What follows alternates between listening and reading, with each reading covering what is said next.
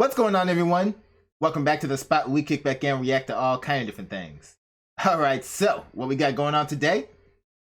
We're about to check out a deGrasse Tyson explainer video on Star Talk. This one is the equivalence principle. Alright, so let's go ahead and see what information that Neil deGrasse Tyson has for us today. Let's check it out. Let's go. Chuck, every time you see a space movie or something and people are in space, they're always weightless. You ever notice that? That's true. And you know that because they're, well, if you're Sandra Bullock, your hair is like a afro. You kind of got a little space afro going on. Except she didn't. Exactly. In the movie Gravity, her bangs always seemed to know which way down was, even though everything else was floating in the capsule. So it leaves people thinking that space equals no gravity. Right. It leaves people thinking that. Like you just go up into space and all of a sudden you're weightless. I've always found that odd considering, like, it seems okay, but I always question the fact that if the planets are pulling on each other with their different gravitational pulls and everything's being pulled around by the sun and everything, how is us being in space going to make us completely weightless? Aren't we still technically going to get pulled in one direction or another by some kind of force? I don't know, but let's see. Right. And weightlessness is a very special condition that for which you do not have to be in space to achieve. So I just want to just tease this out of people's understandings and misunderstandings. I'm not going to push back on you. I'm just going to say that maybe your people have something to do with this. Here's why. Whenever you see people, in space, in the space station, whatever, they always say they're in 0G. Well, we think 0G means zero gravity. That's what we're going to think. Correct. It is 0G because there's no net gravitational force acting on them, okay? No net there's an important distinction here, and I don't want to be too pedantic, semantic about it. Yeah. But, okay, if you are in orbit around Earth, okay, you are falling towards Earth. We did a whole explainer on this. Yes, we did. How do you achieve orbit? All right. And talked about Newton and shooting the cannonball off the cannonball and you duck and all of that. So we go back, we'll put a link to that previous one. So here's my point. Let's say you are en route towards the moon. Okay. Okay. Do you know how we do that? How does NASA do that? Well, they go into orbit. The subway? Then they do a TLI, translunar injection, where they leave Earth orbit and aim towards where the moon will be when they get there. Okay? Nice. All right. So at that point, they shut off their engines. If you're in space and your engines are shut off, you are falling towards whatever is pulling you, wherever it is. Right. You are in free fall. Oh, wait, let me say something that makes me kind of sound smart. And I learned this from an explainer that we did. This is why you need to listen to the explainers, people. You will be falling to whatever pulls you, no matter where that is, unless you happen to be in a Lagrange point. Oh, ow. Ah! Ow. Oh. Score one for Chuck Nice on the board. All right. This is what I love this job, because I didn't know that, whenever I didn't know it, I didn't know it. Okay, so there are 5 of them, and so we don't have to get into that just now. But all I'm saying is, if you are coasting, then you are falling towards wherever is pulling you at that point. Right. Okay? You will be weightless as long as you are coasting. Right. Okay. No matter what. Okay? And so here's what will happen. They have translunar injection, which is enough speed to make it to one of the Lagrange points between Earth and the moon. That's called L1. At that point, the Earth's pull towards Earth equals the moon pull towards the moon. That's a balance point. It's a balance point. So now, if I have enough energy to cross that point, now I will guarantee to fall towards the moon. Towards the moon. Exactly. Now, if I don't have enough speed to reach that point, guess what happens? Earth says, where you going? Come on back. The hell you think you doing? Oh, you Get your trying to ass sneak back. out? You trying to sneak out on me? Get your ass back there. Get your ass back here right now. So if you don't make it to that first Lagrange point, you will fall back to Earth. Exactly. Okay. Oh man! Oh, how they managed to make Earth's gravity sound like a black bomb when you leave the house without permission. Where you going? Get your ass back here! Reach that point. Guess what happened? Earth says, "Where you going? Come on back. The hell you think you doing? Oh, you Get your trying to ass sneak back. out? You trying to sneak out on me? Get your ass back there. Get your ass back here right now." So if you don't make it to that first Lagrange point, you will fall back to Earth. Exactly. Okay? But that entire time, you're still just falling. Okay? As you're leaving Earth, you are falling. Earth's gravity is pulling back on you, slowing you down, but you're in free fall, even though you're leaving Earth, and you're free fall when you turn around, and you're free fall when you come back. You're weightless that entire time. Okay? If you cross the boundary point, you're weightless crossing it. You're weightless the whole time. Okay? Right. You are weightless until you hit the moon.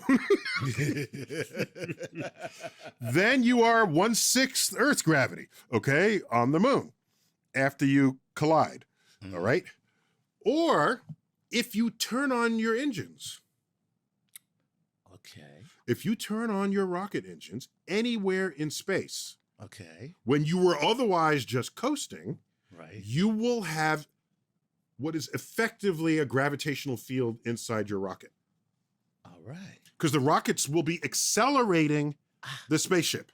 Gotcha. Okay? They'll be accelerating. Right. So what's a good way to show that? All right, so how about this? So we're in a rocket sort of headed towards Mars, let's say. Okay. We're standing on the bottom of the rocket. Okay. Okay. So the bottom, the trail end of this thing headed towards Mars. But we're weightless. We're weightless. But we're glued to the bottom. And I toss you something, it'll just go straight towards you. Right. Okay. Because everything is weightless. Everything, nothing's falling. It'll just go straight towards you. Okay. Now watch. I now ignite the rockets. The moment I toss the object. Right. The rocket is going at a particular speed the instant I let go of the object, and the rocket is going faster in the next instant and still faster in the instant after that. So the object will look like it'll fall towards the floor of the rocket. Right. Towards the back, which is our floor. Which is correct. Our floor. It'll look like it's falling towards the rocket, towards the bottom of the rocket. Right. Whereas it's the bottom of the rocket accelerating towards the object. Right. Einstein figured out that if you're in a rocket, you cannot know the difference between the rocket accelerating through space and whether the rocket is sitting there on Earth. Right, because the rocket is creating an artificial gravity. Correct. By having the acceleration. Now I've managed to catch. I see. It's a lot to wrap your head around. It is. So in this explainer, our idea, or at least the media's idea, like movies and stuff like that, of what weightlessness is wrong. In terms of weightlessness is like an idea of like there's no gravitational forces pulling on you, but there's always gravitational forces pulling on you. Just like I was thinking about in the beginning of the video. It's like that was always a question I always pondered. It's like, aren't there always, since they're always pulling on each other in this whole solar system? And even with the grander galaxy and everything. So yeah, there's always a force pulling on us from somewhere. Weightlessness is when we're in a state where we're not sitting on anything that's actually in orbit. Just like you say, if it's even just a rocket, once the rocket starts actually moving, it's creating a force that's pulling us back. So now we're going to have weight akin to that field that rocket is making, even though it's a very small one compared to like a planet or something. So yeah, that's what weightlessness really is. It's not a state of no forces pulling on you. It's just a state of being completely away from any forces that could pull on you, even though they still are technically just a little bit. So technically, in a way, if you think about it, weightlessness in the idea that we think about it just doesn't really exist. I don't know. That's what I'm getting off of this. You let me know what you guys think. In a couple of episodes of The Expanse. I love that show. This is one of the favorite shows of one of our lead producers and writers, Lindsay Walker. They want you to. They wanted you to come on their podcast. Who are you talking about? They have a big podcast that was The Expanse. How do you know they wanted me to come on? This is the first time you're telling me this? I should have probably told you that, right? Anyway, The Expanse is like there's the folks from Mars, and then there's the asteroid belt. Then I guess we know what future guests we should look forward to at some point, right? now that the word's been passed on. Earth Federation, and of course there's wars and things and fighting and bad people. All right. Point is, when they put on their rockets, there's acceleration inside the rocket. That's right. There's basically they have a way to attach to the surfaces when they are in 0G, and they make sure you know that, so they're not playing loosey-goosey with the laws of physics. They wear gravity boots. Gravity batteries. But in other conditions and other circumstances, and I haven't seen all seasons, but the few I've seen, they're thinking about this. No, they play it straight. Yeah, they play it straight, and when it's accelerating, there is an effective field of gravity in the ship, and the higher that acceleration is, the higher that gravity will feel. Okay. Mm-hmm. Unlike the film, what's the one where they had moon pirates? Ad Astra. Oh, yes, Ad Astra. In Ad Astra, they're in rockets accelerating to the moon, so it takes faster than 3 days to get there. Right. And in the accelerating rockets, everybody's weightless. Yes, that's correct. No, that's not how that works. So great. So they got it wrong.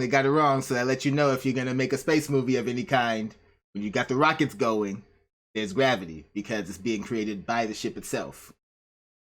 So, interesting point to make for anybody out there that's thinking about making a space movie or parody. Still, get it right. If you want to get to the moon in a few hours, everybody's sitting in their chair feeling this gravity. You might as well be on a 737 to Thank you. New York City. Thank you. Because it's the same thing. Same thing. And what a great catch, because I now remember that, but I didn't even catch that. Wait. I didn't even make that connection. They all float around. So with that connection, wouldn't that mean that the same weightlessness that they claim is on a rocket ship when it's accelerating? No, there's still gravity there, and it's equivalent to what you're feeling on an airplane. I mean, the only difference really is how far above the Earth they are. So yeah, it makes perfect sense, really. Around weightless, and you see the rockets firing in the back. It's not how that works. Wow. No, the difference with the 737 is in the 737, you still feel Earth's gravity down because you're not in orbit and you're not in free fall. Right. That's why balloons, if you're floating, but you still have if you put a scale under your feet, you're going to still weigh as much as you do on Earth. Right. It's not in free fall. Right. Okay? Right. It's all about free fall. Now, if I put you in an elevator, cut the cable, right, you're in free fall. Right. And so you're going to fall, and the chalk that you're holding is falling, or the ball, and everything's falling, and it looks like it's floating in front of your face. So you could let go of your drink, your little soda can, while you're falling in the elevator, and it would just stay right there, right with you. Correct. Right. Correct. And you want to know a really cool experiment?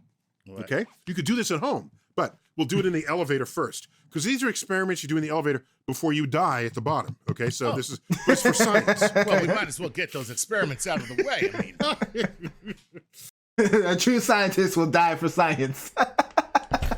Oh man, I'm not a true scientist. I'm not going to do it.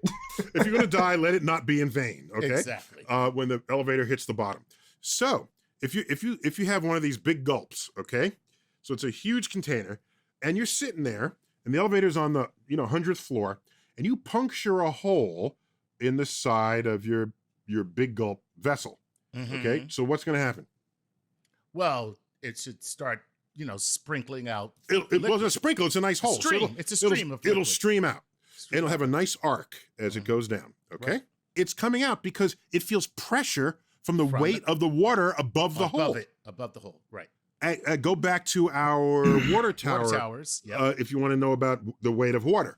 So, and by the way, if you put multiple holes, the one at the bottom will make a longer stream than the ones that are above it because it's under higher pressure. Right. Okay? So you have a long stream, a middle stream, and a little stream. Okay? If you can punch 3 holes in it simultaneously. Right. That's the weight of the water putting pressure to have the water exit the hole. So now, cut the cable. Okay. You fall. The cup falls. The soda falls. Everything is falling and everything is in free fall and everything is weightless. You are in 0G. If you are in 0G, the water is no longer under pressure because the water above it doesn't weigh anything.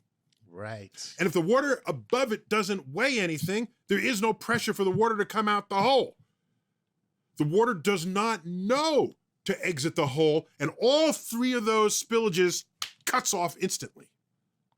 Nice. For the entire journey until you die at the bottom. Right. In which case, you just got a bigger mess on the floor than you have to worry about with the big gulp. You know, believe me. Okay, so now, the way to do this is go get a big gulp, right? Ready?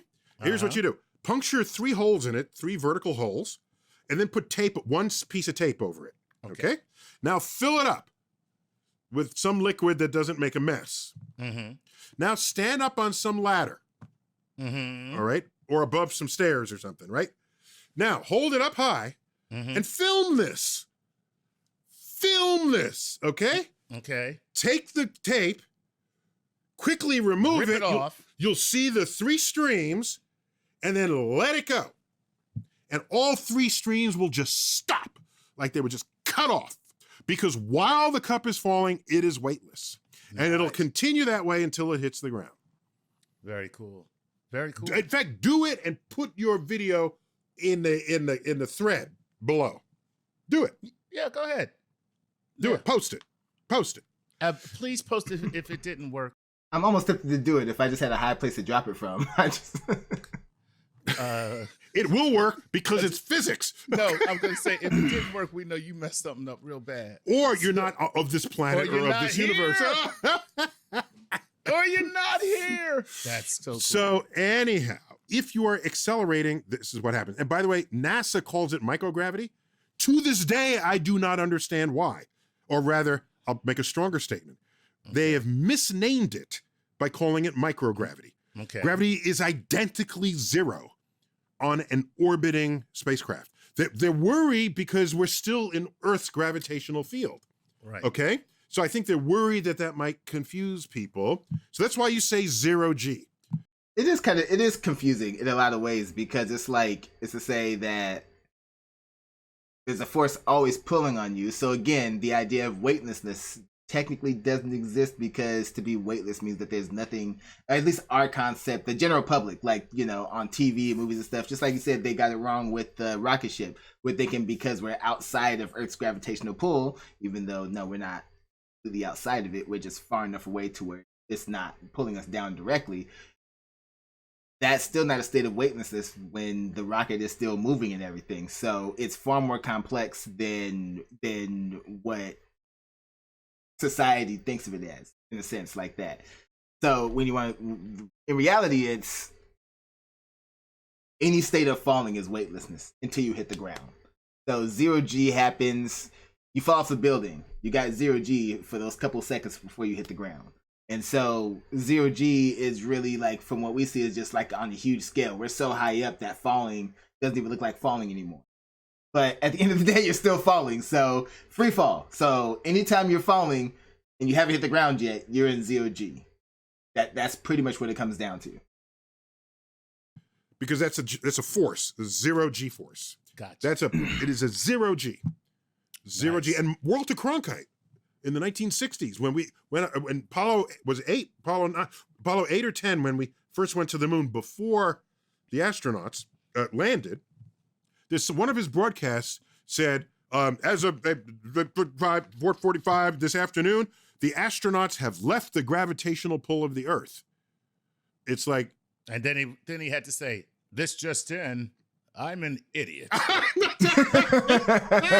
Exactly. There's no leaving gravitational pull of Earth and everything. At least not yet. We have to get really, really far away. And even then, when you think about how gravity works, it's still going to be like a little bit there. Even though we're going to feel a greater pull from whatever planet or star or whatever that we'd be closer to at that point. You know, so no, it's not leaving Earth's gravity. It's just getting far enough away to where Earth is no longer pulling you directly, or it's not the strongest force pulling you. Which again is very complicated and very wordy for most people to really want to wrap their heads around. So they just think escaped Earth's gravity. That's the easy scapegoat explanation or go to, you know, but it's incorrect. I've just been told that I'm a complete dumbass because that's not true. Because they're en route to the moon, which last we checked is held to Earth by Earth's gravity, right? So what he meant there was that it crossed from Earth's influence to the moon's influence. It crossed one of the Lagrange points. Right. So he lost a learning opportunity for the audience. And so, yeah, there's no micro nothing, okay? Right. It is 0 freaking G, period. Nice. There you go. 0 G. This was fun. This was great. All right, and this thing with the acceleration in Earth's gravity, that's called, to Einstein, the equivalence principle. And it's one of the deepest, most brilliant ideas ever advanced in the history of physics. The equivalence principle. Right. That gravitational acceleration is not only equivalent, it is indistinguishable from acceleration by rockets or anything else that would move you through space. If you did that in a box with no windows, you would not be able to tell that. Correct. Look at that. Am I on Earth or am I accelerating through space at 1G? You would not know. Science. You gotta love it. And just a few days ago, I did a fast calculation. If you accelerate at 1G, it'll take you about 10 months, I think. I have to redo it to get precise. About 10 months to reach the speed of light. Oh wow! Because you're because there's no. Your speed is always speeding up. Always speeding up. That's it. The push is just the push on top of the push on top of the push on top of the push. It keeps going. It keeps going. Keeps going. That's right. amazing. Yeah. Yeah. That's super cool, man. I love it. And one last thing: the units of acceleration. That's why they have this weird construct. Okay, so the acceleration of gravity is 32 feet per second per second. Those are units. What does that mean? Per second, per second. What does that mean? And it's actually per second squared if you did it out. What that means is for every second, you increase your speed by 32 feet per second. Right. So how fast are you going after 2 seconds? 64 feet per second. How fast are you going after 3 seconds? 128 per second. No, 96. I'm sorry, 96 feet. Oh no, it's 32, not 64. 32, right, okay. It's just another 32. Another 32. So for every second, it's another 32. And will never stop. Right. Never stop. It'll stop until you hit. Oh, wait. Now you just made me think of The Expanse again. I just got something that they do in that show. What do they do? When they're approaching a planet, even though they're really far away from the planet, the rockets are firing in the opposite direction. Yes. Okay. Yes. That's awesome. Yes. Why. Otherwise, they'll just free fall down. They'll free fall and then down. crash. And they'll crash land. So so you have to. So you turn around. The rockets slow you down. That will give you an acceleration. By the way. That means that every video game that you ever played, every space game where you turn off the rockets and your ship eventually just stops, you're wrong. You got it wrong. Especially those where it was like in deep space with no planets around you at all. You're wrong. You got to have the reverse rockets to slow yourself down. I don't think I've seen a game actually apply that principle. So developers, you know what to do. Next space-based game when we're flying around, get it right. Okay. It'll give you, so all of a sudden they'll have some kind of G-forces operating on them, and they can take that all the way in if they want. Yeah. Yeah, but it looks weird because they're like nowhere near the planet, but yet they're still firing retro rockets. Well, yeah, because they've been speeding up so fast that whole way time. Falling towards them. Towards the planet. They have to do that in order to put on the brakes. In fact, one of the ideas of how to get to Mars without being 0G for 9 months is you accelerate at 1G halfway to Mars. Right. Then you turn around and decelerate at 1G to Mars. And so you're in Earth's gravity, 1G, the entire trip. Awesome. That's how you do that. And then you don't need the medical examiner looking at your, or whoever they are. You know, something's happened to his bone density. We're not actually sure what it is. He has no bone density. Exactly. Yeah. All right, that's more just 0G talk. Oh, that was great. All right, Chuck. Love it. Calling it quits there. This has been another explainer from Star Talk. Thanks, Chuck, always for being there. Always a pleasure. As always, Keep looking up. All right. A lot of great information on that one. A lot of great information. And like I said, they also solved the other problem about, yeah, I've seen like a bunch of like videos talk about how, oh, if we travel through space, how it would warp our bodies out because of the difference in gravity and all this other stuff. But again, if we're just flying at the right speed, then we got it covered. So another problem solved with science. All right, y'all. So y'all know what to do. Go down in the comment section. Let me know what y'all thought about this one. Let me know what you'd like to see me react to next. Hit that like button before you go. Share this video with everyone you know. And subscribe if you haven't done so already. All right. So till next time, take care of yourselves. And I'm out of here.